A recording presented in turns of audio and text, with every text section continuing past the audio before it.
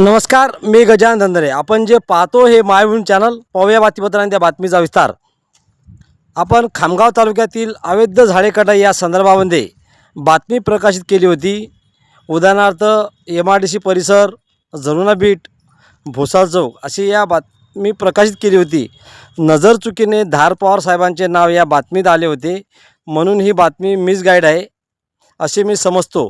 कोणाच्या नोकरीवर येईल अशी या बातमीचे उद्दिष्ट नव्हते, म्हणून बातमी ही मिसगाईड आहे. मायभूमी न्यूज चॅनल हे न्याय देण्याचं काम करते. मायभूमीचा ग्राउंड रिपोर्ट.